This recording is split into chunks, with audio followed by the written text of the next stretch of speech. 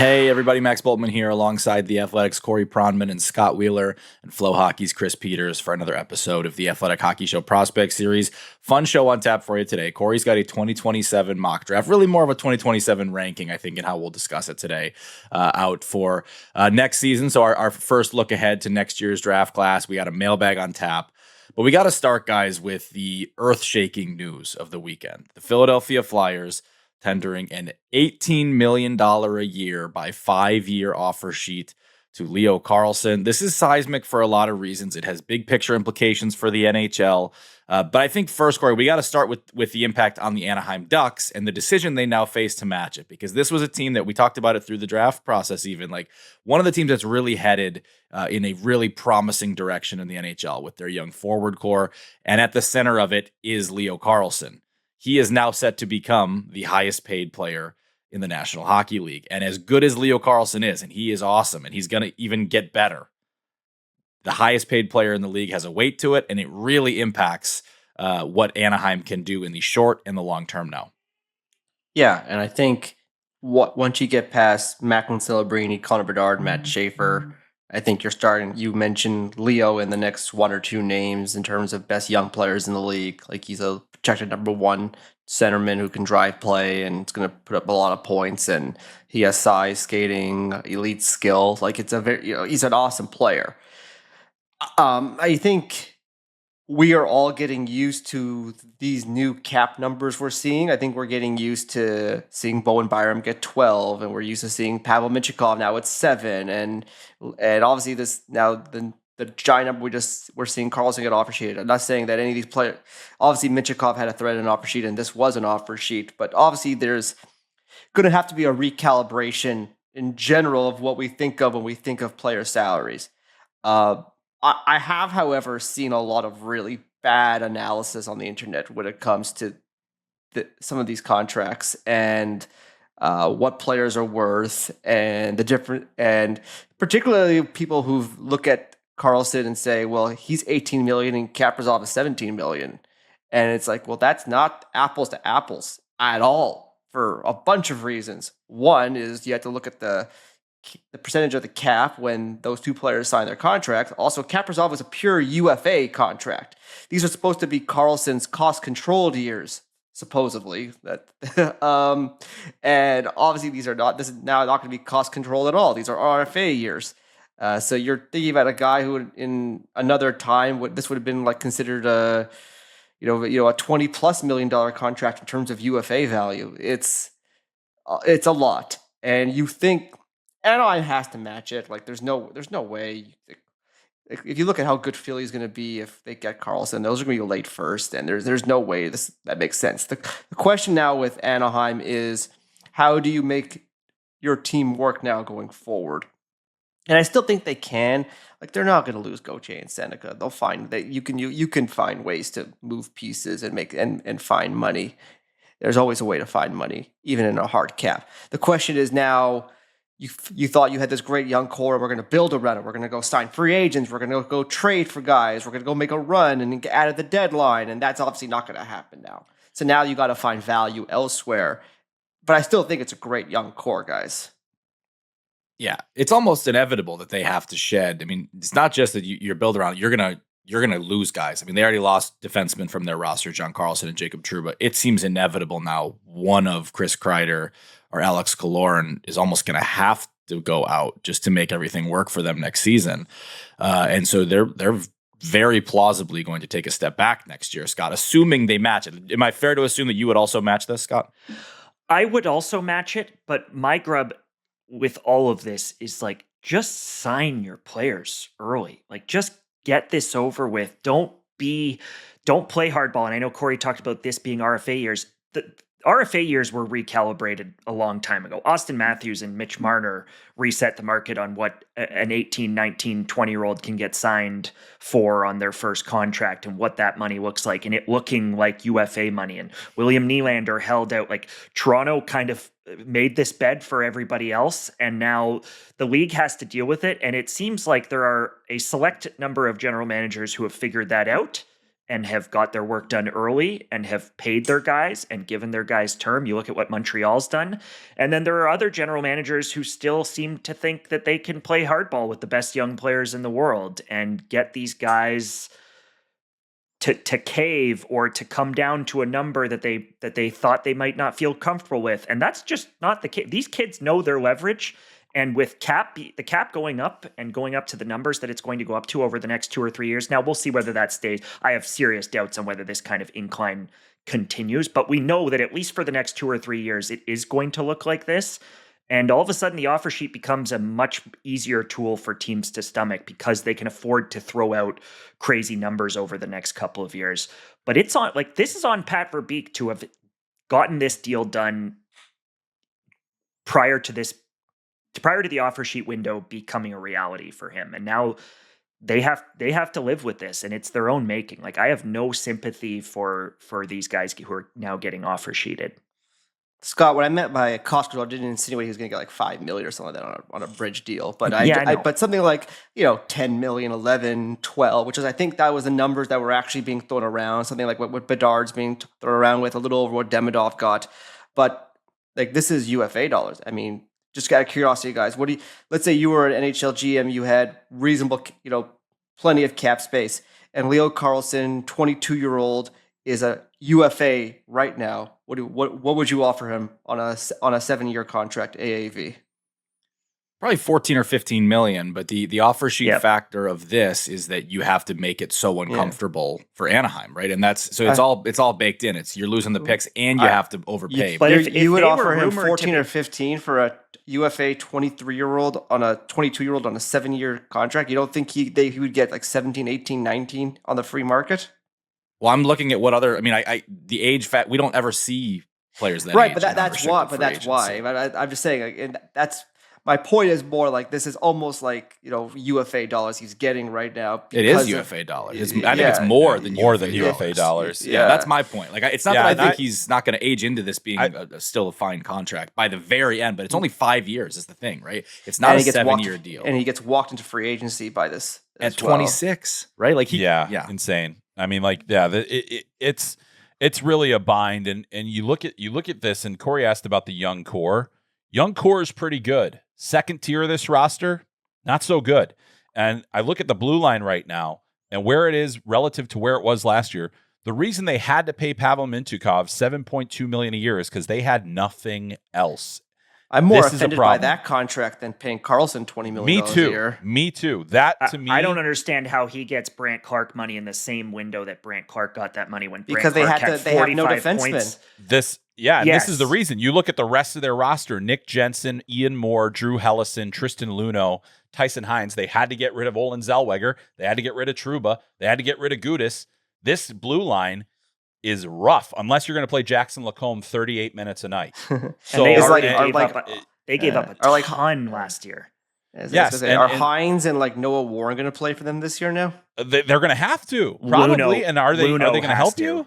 Like Luno is going to have to play like top 4 for them this year, and that's not a position that I think he's prepared for. He's had some good AHL years, but so I do think that now they're in a position where you are going to have to overcommit to your core in the same way that we saw Toronto do. And this is now all of a sudden, when you look at team building, I think Toronto is viewed as a failure of overpaying your core. And now this is really the situation that I think Anaheim is going to find themselves in. We are talking about a team that was ahead of schedule last year. I thought that them winning a series against Edmonton was a way ahead of schedule situation for this particular roster. Now you're a little bit worse and you're a lot more expensive in this scenario. So I agree. I'm with everybody. You have to match that offer sheet to Leo Carlsson. I would have done it yesterday. Yeah. And that's the thing is that this is all of the sudden, and to Scott's point, this is a situation completely of Anaheim's own making. You can, if you were haggling over 11 or 12. Oh, yeah. Like, I mean, there was what I saw. There was like Leo was basically like on the record saying that he would have taken, like, last year would have taken like 9.5. And it's like, that it was in Swedish press, and I apologize for sharing that without attributing, because I forget exactly where I saw it. But like 9.5, like if that was the case, you're in deep trouble now. And the thing is, you can draft as well as you want to, you can develop as well as you want to. If you don't protect your assets when they become more expensive. The other thing that drives me nuts about this are the Samuelis not one of the richest owners in the damn league. Like seriously, like you're operating on a budget, and I understand that, but be a big league owner or don't be. I don't know that this was little league BS to me. But that's where like Scott's point about the executives, I think, really rings true there. Because I don't know the inner workings of at what level of the organization you take it to, but Pat Verbeek comes from the grinding school, right? And that applies to his former boss in Detroit, Steve Yzerman. Both of those guys have had some really grinding negotiations with like Lucas Raymond and Mo Seider both went into September on their long-term RFA deals that were like in the mid-8s and are now 2 of the 15 best contracts in the NHL. Like, why did you need to grind it that hard? And Verbeek is cut from that same cloth. So it's like, I don't know that I'm willing to say this is a Samueli put his foot down thing and not just this is how Pat Verbeek does business thing, Scott. And Pat Verbeek clearly needs to learn from this. Like, this needs to be a lesson of maybe I went about doing my business the wrong way, not I need to dig my heels in and toughen up even further. Like, the league is changing. These kids are changing. Clearly, the way their agents are operating is changing. And that is all out of your control. What you can control is the offers that you make to these kids early and the length and the term that you commit to these kids early. Corey, you made a point earlier about RFA versus UFA. And the point you're making is that in theory, the team is supposed to be able to get you a little cheaper in these years between basically year 4 to whether it's 7, whether it's 10 of your career, depending on how long you sign. Those are supposed to be the value years besides your ELC, which is dirt cheap. Well, you're supposed to be negotiating with yourself most of the time. I mean, I know offer sheets exist, but you're not supposed to be having other 15, 20 teams going after your players, so you should be getting them a little cheaper. Yeah, and I think there's 2 kind of ripples now from this. Is one, have we more normalized the idea of the offer sheet? And that it's been such a talking point for my entire career that every time it's discussed, it's like, yeah, maybe. We've now seen 2 this summer, including a massive one, including one that would make a guy the highest paid player in the National Hockey League. There's the impact on RFAs, right? Adam Fantilli, Connor Bedard, all those guys. I think that is an obvious ripple. The second one is I think all the guys who are a year or 2 out from UFA, and we've been seeing teams and players come to agreements here before getting to unrestricted free agency. There is a clear indicator now of how much money is out there in the market. And right now, this is being spent on, to Corey's point, a 21-year-old. But when we've seen the reported number on Jason Robertson in Seattle and what they would have been willing to give him, does this have any chance to revive free agency now that players can see like, oh my gosh, this is the kind of money that teams are willing to throw around for a great player? Well, I think once we get past the point where you can sign 8-year contracts, I think free agency is going to come back with a roar. I mean, that's why you have seen so many long-term deals. This is their last kick at the can at the 8-year contracts.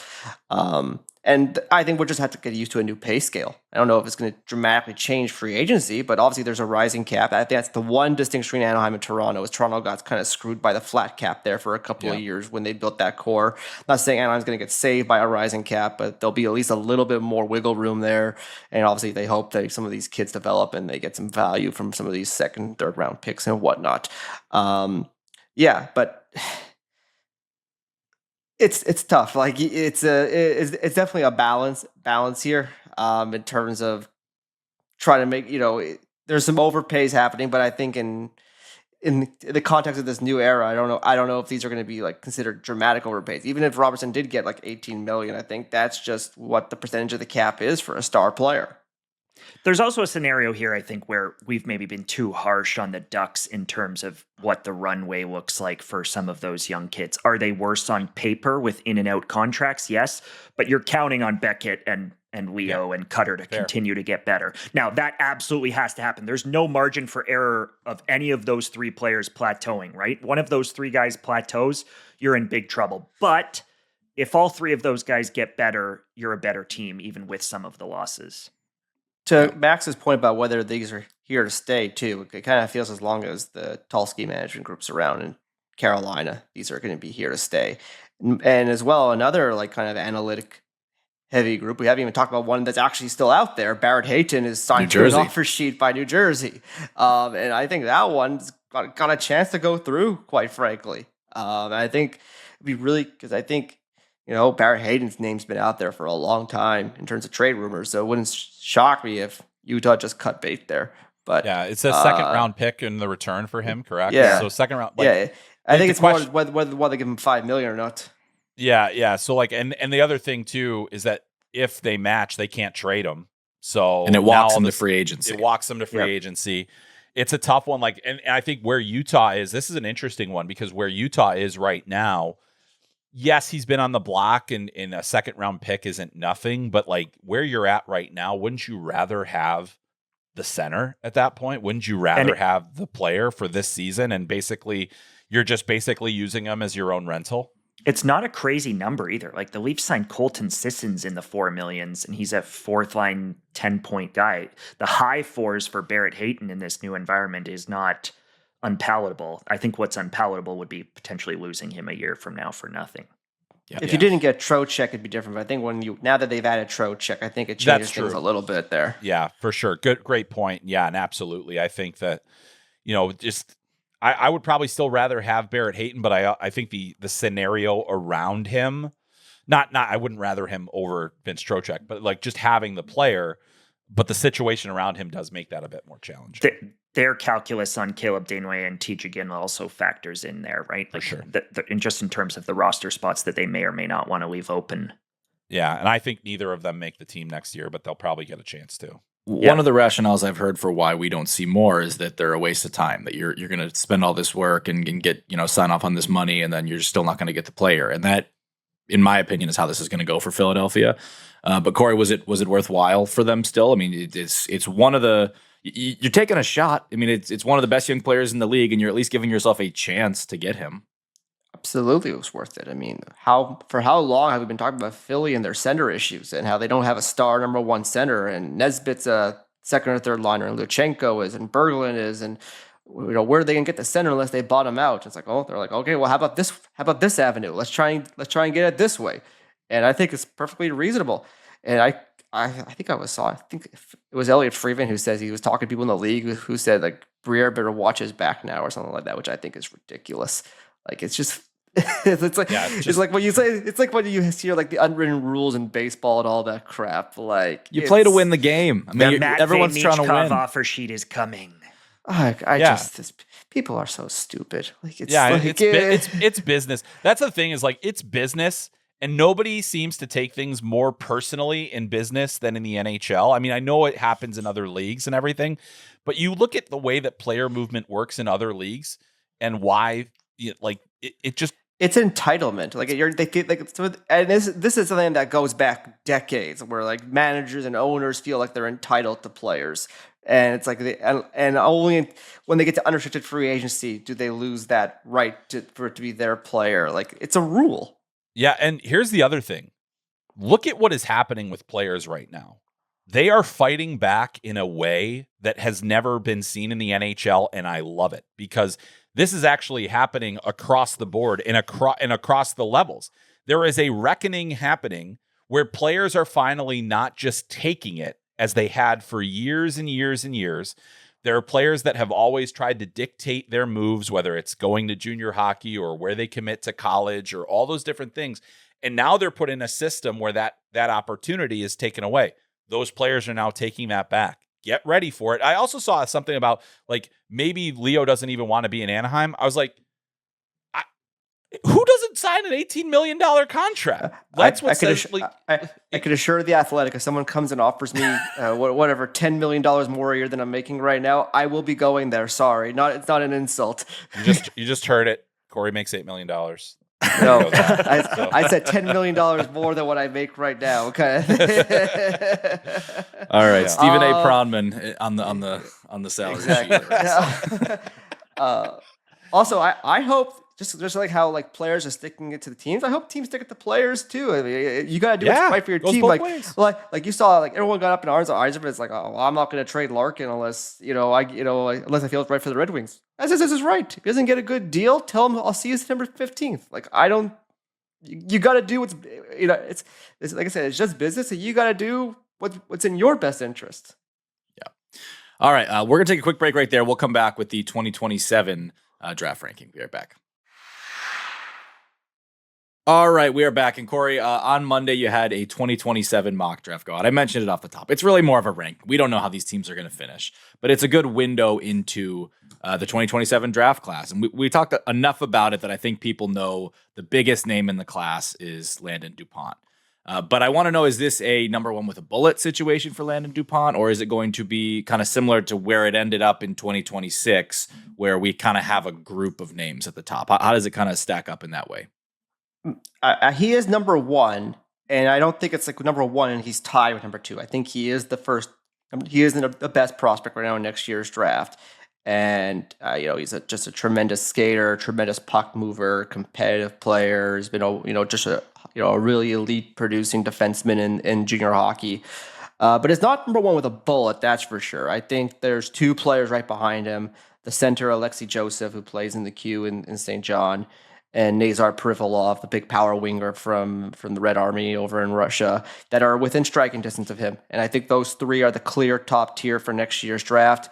I think all three of those guys would have either been in the conversation with Gavin McKenna and Ivar Stenberg at the top of this draft, or might have. I think Joseph and DuPont definitely could have gone over them just because of the premium positions. I think people would have been scared of the Russian winger and may have preferred McKenna or Stenberg in those scenarios. But those are DuPont could be a number one defenseman. Joseph could be a number one center. Those are, anyway, he's 6'4", 6'5" as well. Those are premium NHL prospects. And things could change, obviously. I think there's some other good forward prospects, particularly. I don't think, but I think there's a distinction now between those three and the rest of the group. I do think Joseph's U18 Worlds, it was only 2 games, but I do think his U18 Worlds I know it gave some evaluators pause. He was obviously demoted out of Canada's lineup after starting in their top 6 through the first 2 games and never made his way back into Canada's lineup. And there were some players on that team that didn't get picked in this year's draft that were playing ahead of Alexei Joseph, and they were really down on him coming out of those 2 games. And again, just 2 games, but I think there was a lot of criticism of him not moving his feet, not being involved, a lot of gliding around, a lot of watching the play. He's going to have to just dominate and sort of quickly put some of those maybe minor questions that popped up at U18s to bed and be one of the very best players in the queue all year next year. And I expected the Holinkas, he's going to do that. I was just watching his U17 challenge again this past week, and oh my God, was he so good. He's a real special talent. I don't know if the offense is going to be elite. He might be closer to there were some people there were some scouts I was talking to the U17s after that was over who were comparing him to Malkin, and he's not Malkin. But I think maybe he's more like Byfield, who was second overall. I think there's some rhymes there with the athleticism and the good, but maybe not special brain. It's what good about size, interior. Doesn't skate like Byfield. I think he makes more plays than Byfield does, though. Yes, I would say that's true. So there's never a perfect comp, but somewhere on that spectrum, I think that's kind of where I think he lands. Right now, I would have DuPont and Privilov a cut above. I think I'd have them in a separate tier than Joseph. I just watched Privilov play a couple of times at the Milstein camp. I don't think he makes a ton of plays either, to be perfectly honest. The thing that excites me about him is that he kills everybody.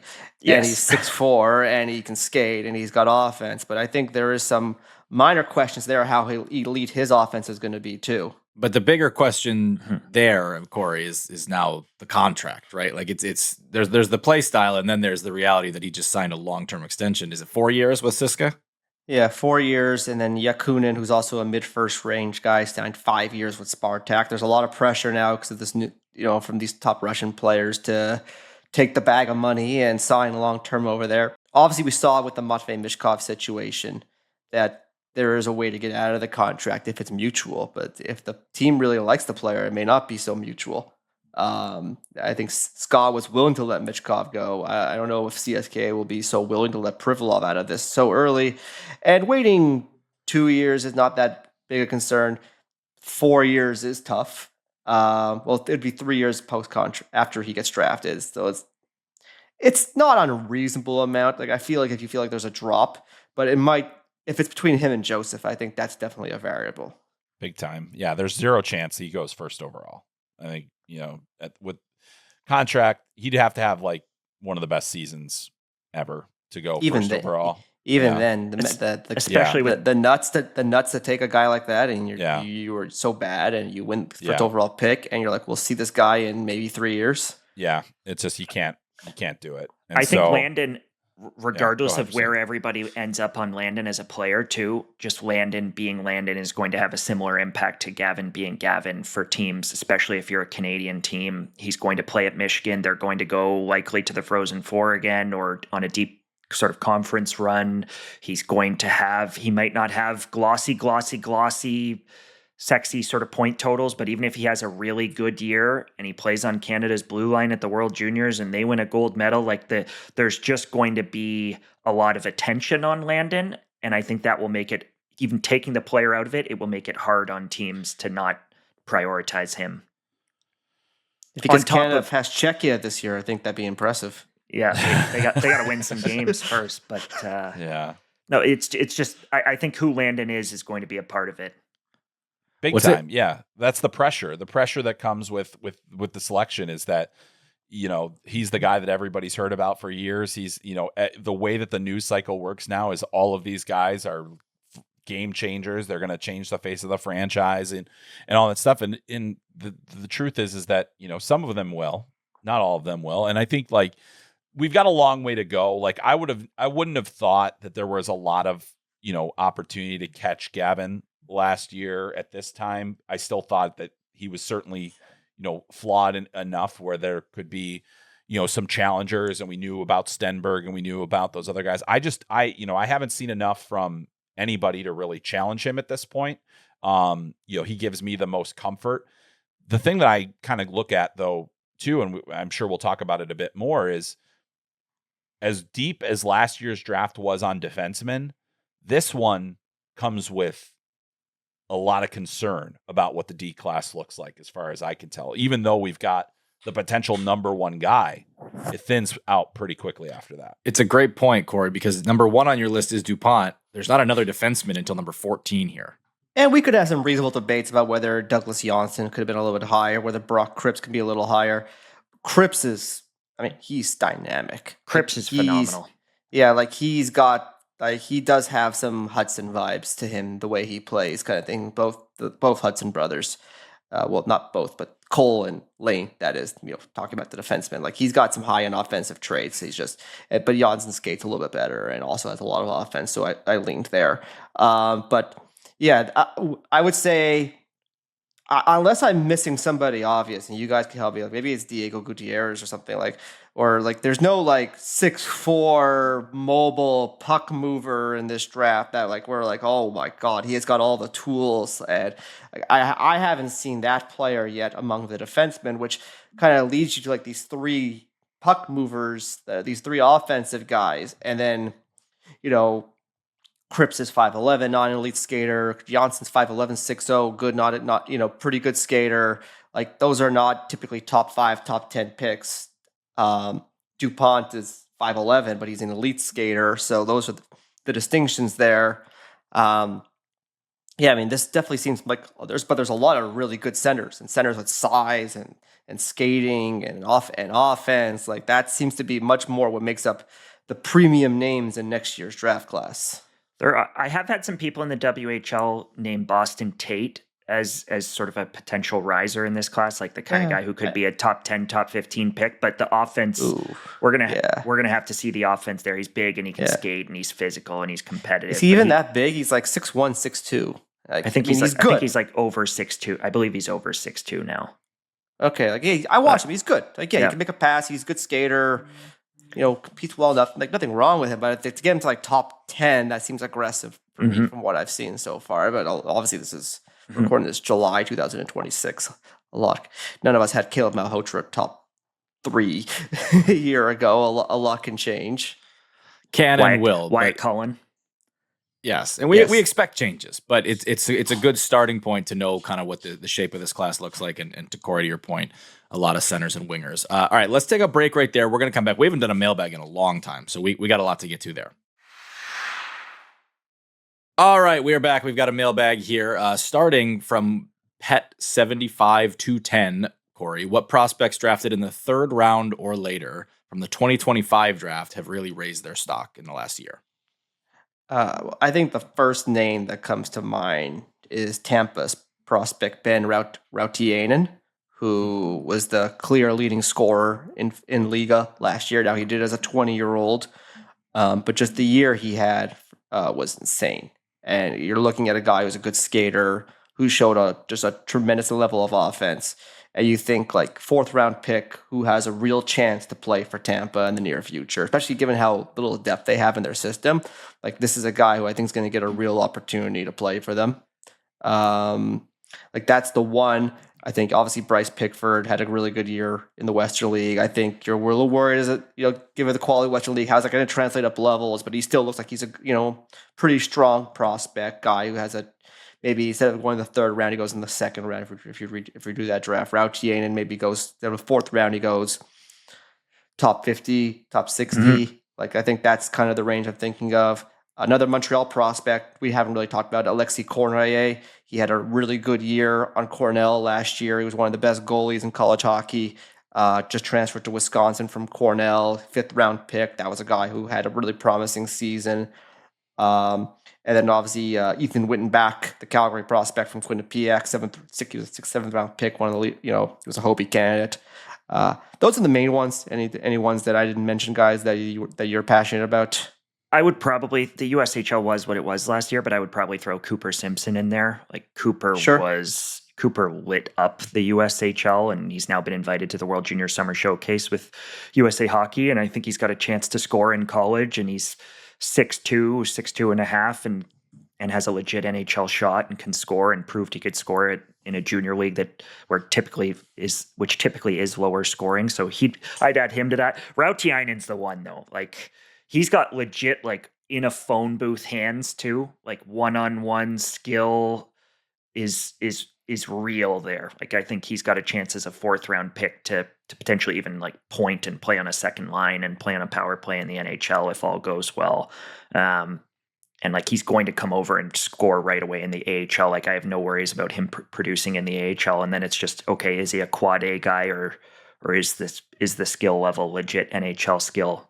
I mean, Wittenbach and Pickford, we'll see, but Rautiainen, and he was an overager too. He was 3rd-year eligible.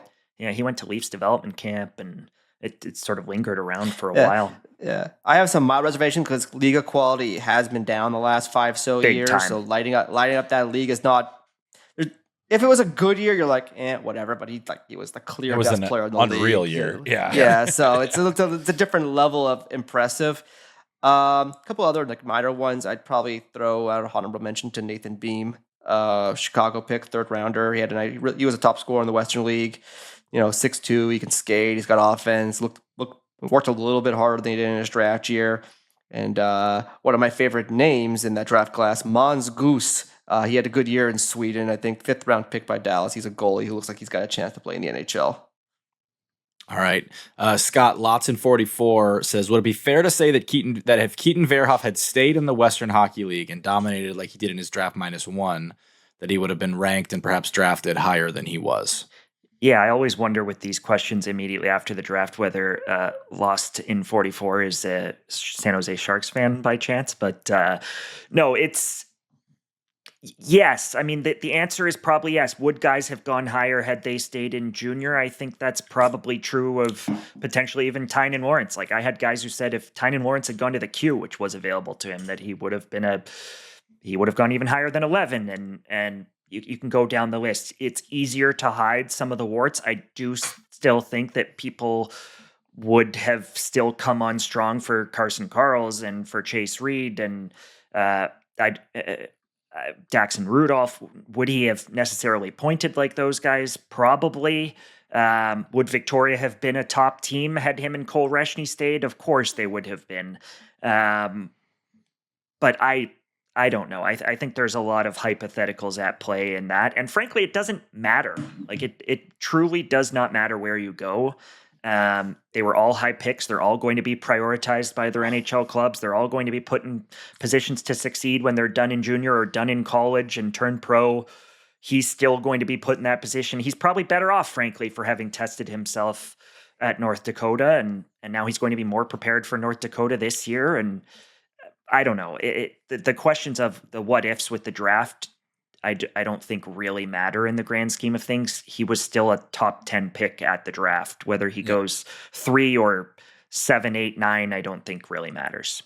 Yeah, I would agree with that. And the other thing that I think Corey said a few episodes ago when we were getting ready for the draft is that the information that we got on these players is better. Yeah, yes. That's the big difference, is that a lot of some of the hockey sense things that we saw with Keaton Verhoeff wouldn't have been as exposed, I feel like, at junior, especially in some of his reads and different things like that, because the pace of play was different. And so I do think that because our data is better on the players and our views are probably more meaningful, then we're slotting these players into better places. So I think, the hypothetical, would he have gone higher?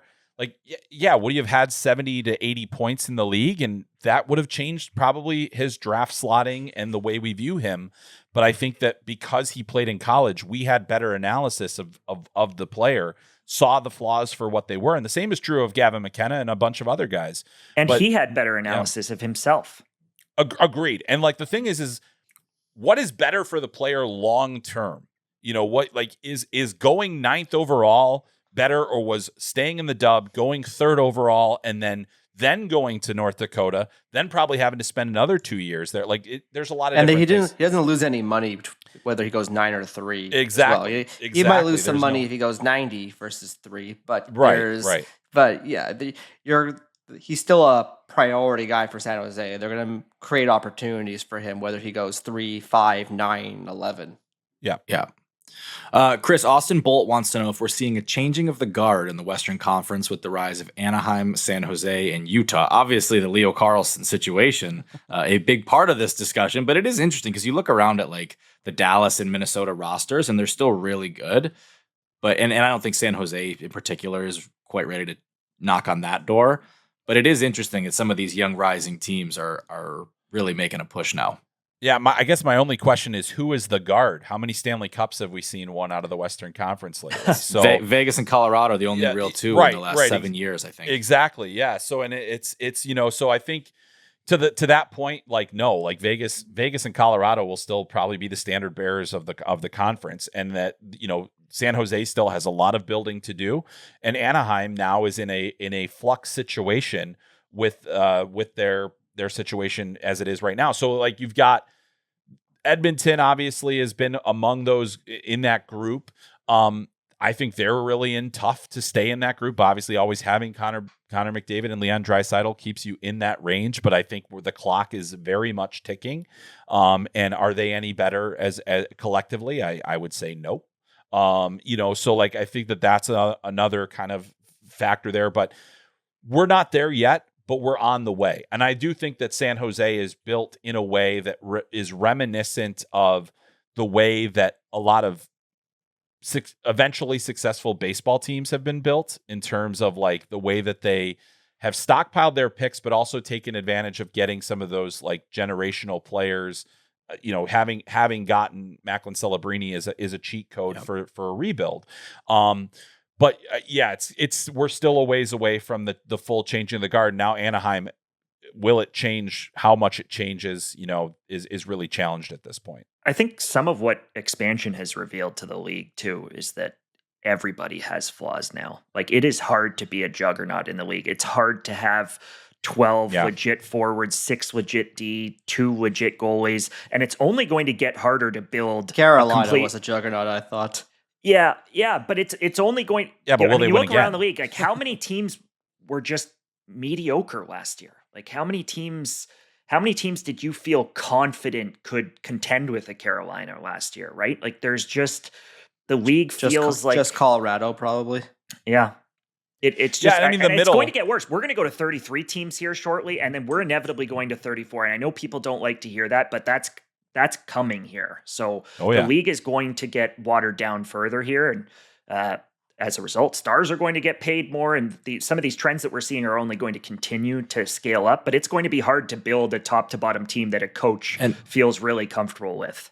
Even Carolina, like whether it was goalie, whether it was and having to go kind of with an unproven second line center in Logan Stankoven, although his playoff pedigree was, but I don't know that when you're drawing this up, that you're saying like this 22-year-old, 5'9" center is going to be like our winning piece going into a season, and it like he was a really promising player, but going into changed. the year, Keandre Miller, things changed there too. I think these are now both guys that are going to be in national team conversations.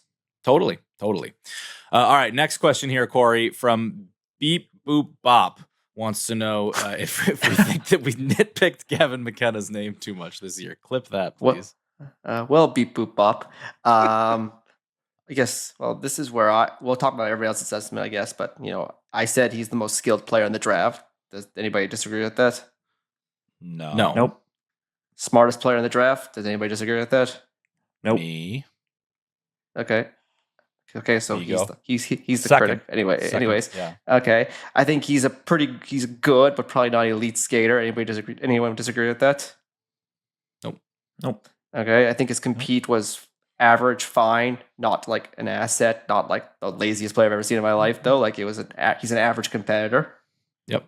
I was probably a little harsher. I think it's below average for a star caliber player, but okay. So Scott doesn't like his compete, and Chris thinks he's not as smart as I do, but somehow Chris said second smartest, but I get your point. But I mean, I think for us, I don't think we really had fundamental disagreements on the assessment. I think maybe the minor on like the exact level of the offense, and then the real debate just came down to how does his profile, how valuable is it compared to Stenberg, compared to Malhotra, compared to Chase Reed, compared to Albert Smits? Like that was more the debate, not that we didn't see that Gavin McKenna was a game-breaking winger who did not have tremendous off-puck habit, who had off-puck issues and was not like a tremendous athlete. Like I feel like we were all pretty unanimous on that, and I don't think there's a lot of pushback on that around the league and around even like people who've watched this, anyone who's watched this guy regularly. It's just, I feel like the debate was just more, is it 80, 90 point offense or 120 point offense? That's really what the debate came down to. Am I misremembering anything here, guys? Nope. And I think that debate on that profile, that's something we've seen recur over multiple draft cycles. I mean, we've had Connor Bedard has played center his entire NHL career, but we had similar conversations about him. We certainly had similar conversations about Matvei Michkov, and I think McKenna's a level higher. There's less uncertainty, but this is a recurring thing, Chris. Yeah, it's a recurring thing, and to answer Beep Boop Bop's question directly, the answer is no. This is what you do. This is how you do the job to make the best assessment. And I think that what we all agree on with Gavin McKenna is that we believe he's going to be a top line producer in the NHL. If you can nitpick that further, the thing is he like, if he went to a team where he wasn't going to be the number one guy on the roster right away, like that he was going to be the number one roster, I would have more concern about that, because he's going to a roster where he's insulated. And I was like, he's definitely a great complementary player. Now we're going to have to find out if he can be the legitimate, driver of a team. And we may not have to figure that out in Toronto like we would have in other places. For me, the debate was always, is he Kucherov or is he Panarin? That was the debate for me. It wasn't like, is he not like an awesome player? I think I tend to disagree with Chris on the absolute no of this question, though. Like, we've still given him the most attention. We've been extremely critical of him over the course of the season in a way that we weren't for the shiny new toy in Caleb Malhotra or Chase Reed or Wyatt Cullen or whoever popped it. Like, I do think there is something to these guys who've been on the scene for a year or two longer. Instead of 2 years pre-draft of us watching them, sometimes there's 3, or in Gavin's case, even 4 years pre-draft of watching them. I do think there is maybe not a trend, but I do think we can fall into the bad habit of like being too hard on the kid that we've seen over and over and over and over again. But to our earlier point, that also gives you more data. Like on Keaton, it gives you more data. The reality is we have seen Gavin play more than we've seen Wyatt Cullen play or Caleb Malhotra play. So there is naturally going to be more opportunity for us to find flaws in his game.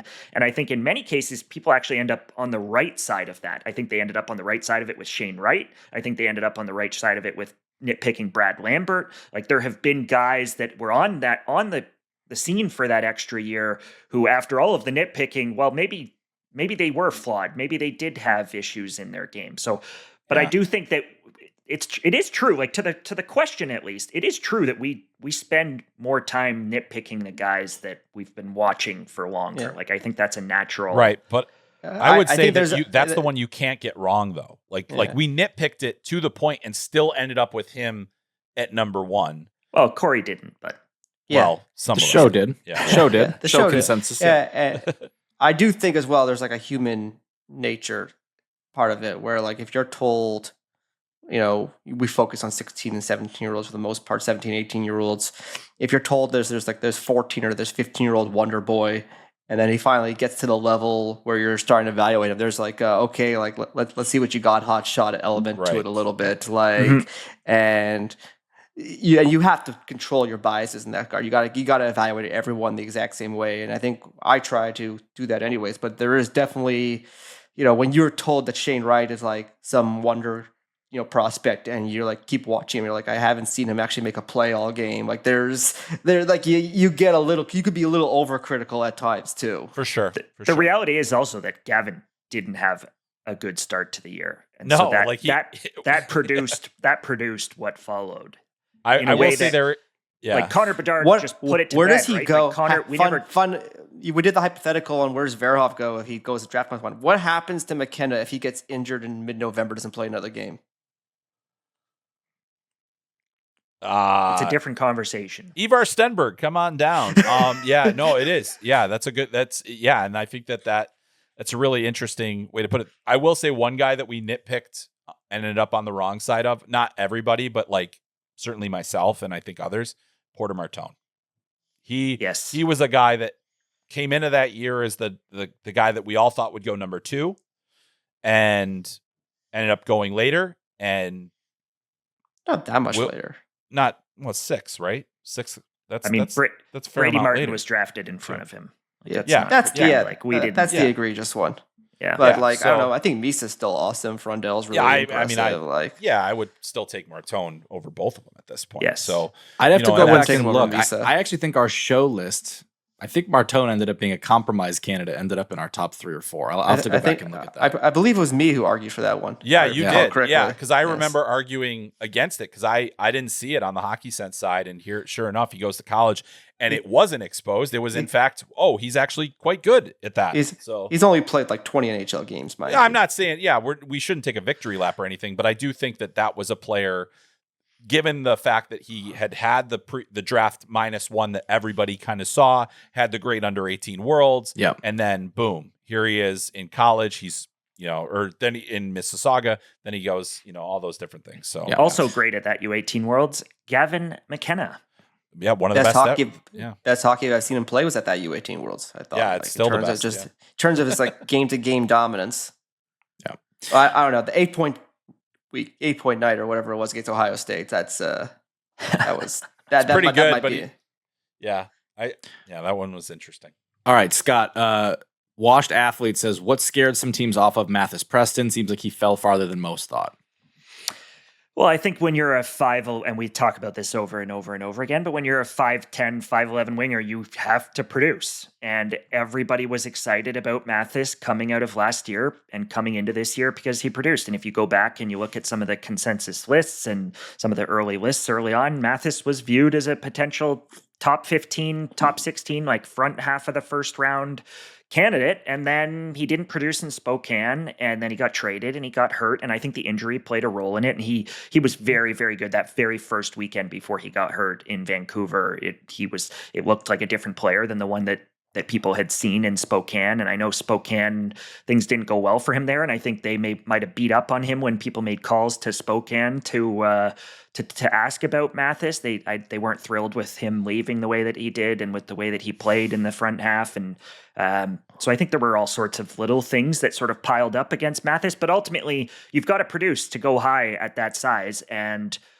we saw guys who did that go high. Like this draft class, JP Hurlburt did it and he went high, and Nikita Klepov did it and he went high. And had he had the 90 to 95 point season that those players had, he would have been a first round pick, but he didn't. And so he's a second round pick. I still think with Matt and Corey and I think differ on Mathis. Like I still think with the way he skates and the skill level that he's got a chance to look like a first round pick eventually. But he didn't necessarily look like one this year. And there were issues with his competitiveness and the way he came and went in games and perimeter play. And those are just things that when they pile up on a 5'11" guy, it's just hard for a team to tell their general manager, like, this is the guy at pick 25 or whatever that we have to go to bat for. It's a lot easier to go to bat for them if they have the kind of season that a Hurlburt or a Klepov had, right? I went out to Spoke there in the fall to go watch him a couple of times, and I just kept thinking he reminds me so much of Fabian Liesel. Like, the skating and the skill are awesome. He just doesn't see it very well. He doesn't get to the inside consistently enough. Like, it's first round tools. That's why I had him as a first rounder. We all had him as a first rounder coming into the fall. But like, I think there was like one play at the U18s that was just hilarious. I think he had like a 2-on-0 and he shot it into the goalie's chest. And it's just like stuff like that where it's just like his decision making, his vision can be like really poor sometimes. All right, last one, Corey. Hockey Bear 1990 wants to know where the Leafs rank now in prospect rankings. I know you're going through this process right now on your U23 stuff. I'd say upper half of the league. I don't know the exact spot, but like, if people are, I remember I had some comments because I gave the Leafs an A+ grade on their draft, and they're like, "I thought you had McKenna 4th," and it's like, yep, but I said it was a tie, and I meant it. Like, he's an awesome prospect, and he fundamentally changes their farm system. On top of the fact, I actually liked a lot of the other. I thought they had arguably the best day 2 of any team at the draft a few weeks ago. Yep. But I think with McKenna, and now you add that good day 2 group, and you have Easton Cowan there now too. Ben Danfords. I don't love those two guys, but they're legit NHL prospects. Like, I think this is it's a good farm system. I don't think it's a great or like extremely deep farm system. But with McKenna at the top, and you got some decent depth, like, that's an above average farm system. Yeah. All right. Before we wrap today, Chris, you are wearing a Chicago White Sox hat on your head. I am. That's true. Who would you say is your Mount Rushmore of Chicago White Sox baseball players? Oh, wow. Put me on the spot here. The Mount Rushmore. I have a personal Mount Rushmore. Hit me with it. So my personal Mount Rushmore, and this is all guys that played while I was alive, was Frank Thomas, Paul Konerko, Mark Burley, and I'm debating between Carlton Fisk and Ozzie Guillen, but because Ozzie then managed after playing for so many years, I'm going to go Ozzie Guillen. So that's my personal Mount Rushmore. You can talk about other guys that were on there. If you want to go back to the Nellie Fox era, if you want to go to Luke Appling and Louis Aparicio, if you want to go to Shoeless Joe Jackson, totally understand. But that's my Mount Rushmore of guys I got to see when I was alive. Got my tickets for July 27th. I had, the most offensive thing that's ever been said to me on social media, Max? Yeah. Is somebody in the comments said that I just started wearing the White Sox hat now that they're good this season. And buddy, let me tell you, nothing has offended me more than that. I'm born and raised on the southwest side of Chicago. I think I was born with a hot dog, no ketchup on it, in my mouth. All right, so let's show a little respect for the fandom there. Well, I like that list. You suffered through the 40-win season. I did, or whatever it was. And I will also say, doing this job, doing a prospect job, it has been years since the White Sox have been relevant when I was able to actually start watching them again. And unfortunately, they're not on a platform that I can watch them as easily anymore. So I am. This is the worst. This is the worst offseason I could have imagined. Well, I liked especially the first name you said on that Mount Rushmore, because while we were at the draft last week, Scott and I were walking into our hotel, and they had a silent auction going at the hotel, and one of the items just actually arrived at my house. Are you kidding me? To let people know, we were not at the draft. We were in Chicago recording for the draft. So just keep that in mind. Yeah. Do you see this? One of the best things that's ever happened. I was the only bid on the signed Frank Thomas jersey that will now be owned by one Chris Peters. No way. Yeah. Oh my God. Of course. Oh man. The big hurt.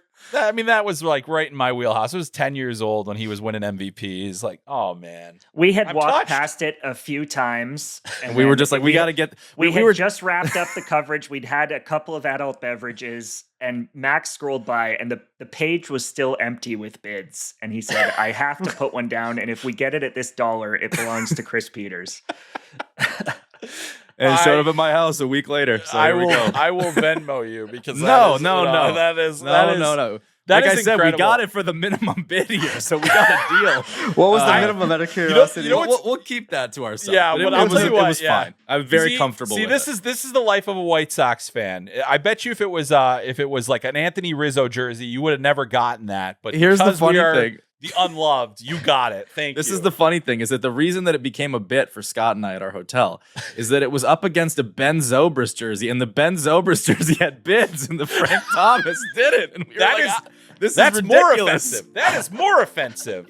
If you were on the 2016 Cup, like Frank Thomas technically was on the 2005 White Sox. He is a World Series champion. Did Zobrist win with the Cubs that year? Yeah, he did. Yes. He did. So if you win a World Series with the Cubs, I get it. But we were waiting for 86 years for that World Series. That's still the greatest sporting thing that has ever, obviously all these championships. Like I was 2 years old when the Bears won the Super Bowl.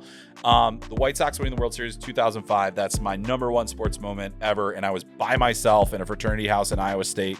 Only White Sox fan anywhere within 20 miles. And I made it back for the parade at least. So true blue. So if you ever question my fandom again, I'm going to wear that. No, I'm not going to wear that Frank Thomas jersey. That's going to frame in my house. That's where that's going. Thank you, Max. You guys are the best. Best podcast going today. Wow. Absolutely. What a group. All right, that's going to do it for us. Thanks for listening to this episode of the Athletic Hockey Show Prospect Series. Remember, you can catch more of Scott and Corey's work on theathletic.com and more of Chris over at Flow Hockey and on his podcast Called Up. We'll talk to you soon. Thanks for watching. Make sure to like and subscribe and ring the bell to stay informed and catch new episodes every Monday, Wednesday, Thursday, and Friday. And in the meantime, you can join our Discord community. We'll see you there.